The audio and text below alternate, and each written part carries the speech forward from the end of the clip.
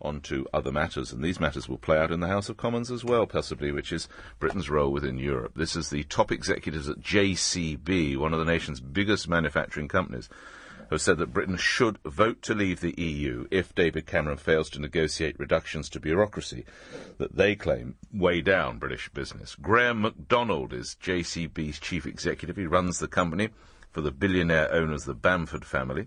He says the EU is an important market for JCB, but dismisses concerns about the impact on business if Britain voted to leave the single market. Now, it's worth telling you that European sympathisers, pro-Europeans, such as Nick Clegg, the former Deputy Prime Minister, say, and I've heard him say this many times, British trade would be devastated if it came out of Europe. Others, of course, say that it's simply nonsense. Of course, it'd still be able to trade.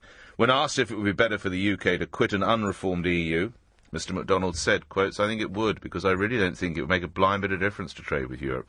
There's been far too much scaremongering about things like jobs. I don't think we or Brussels will put up trade barriers."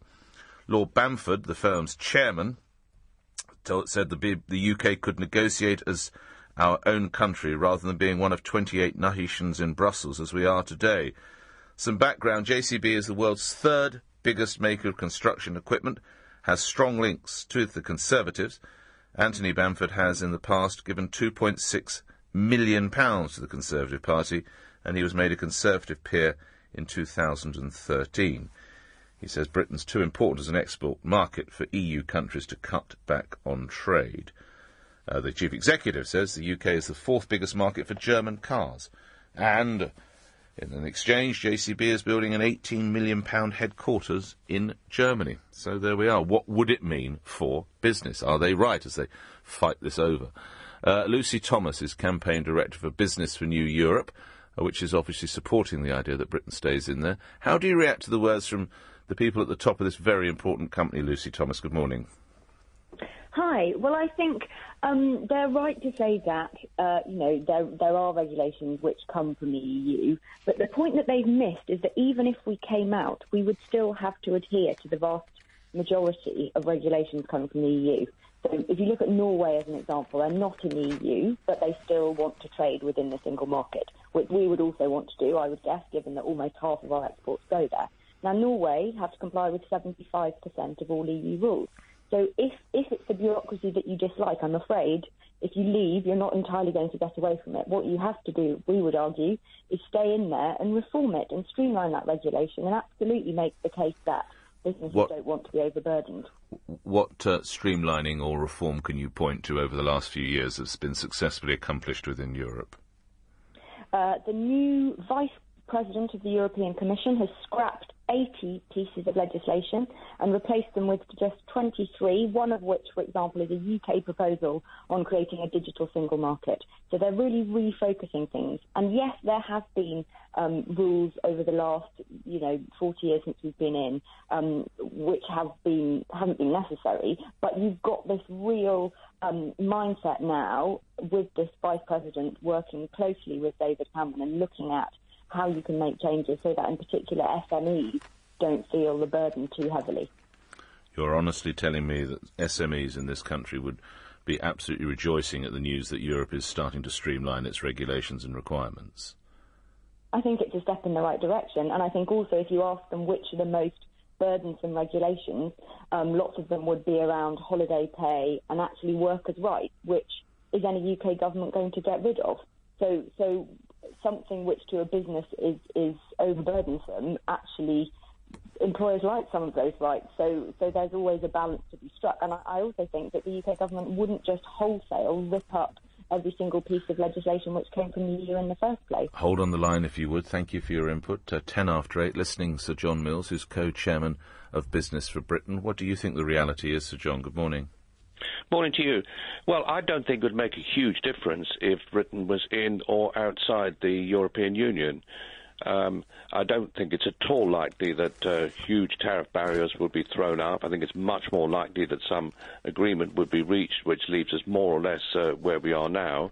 Of course, it is true that if we were outside the European Union, we'd have to abide by the requirements for the single market, but that's true if we export to the United States, we have to comply with their regulations. If we sell to China, the same thing again applies.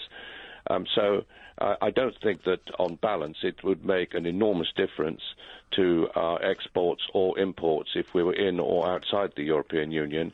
I think there are other much more important factors that have to be taken into account than that if you come to a reasonable judgment about whether we should be in or outside the European Union.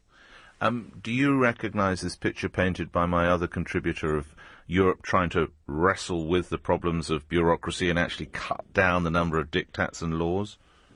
Well, I think that Mr. Timmermans is doing a reasonable job there. But the trouble is that the momentum generally in the European Union is inclined to get more and more regulations in place, and the net position, I'm not sure, is really going to improve all that much and may get worse.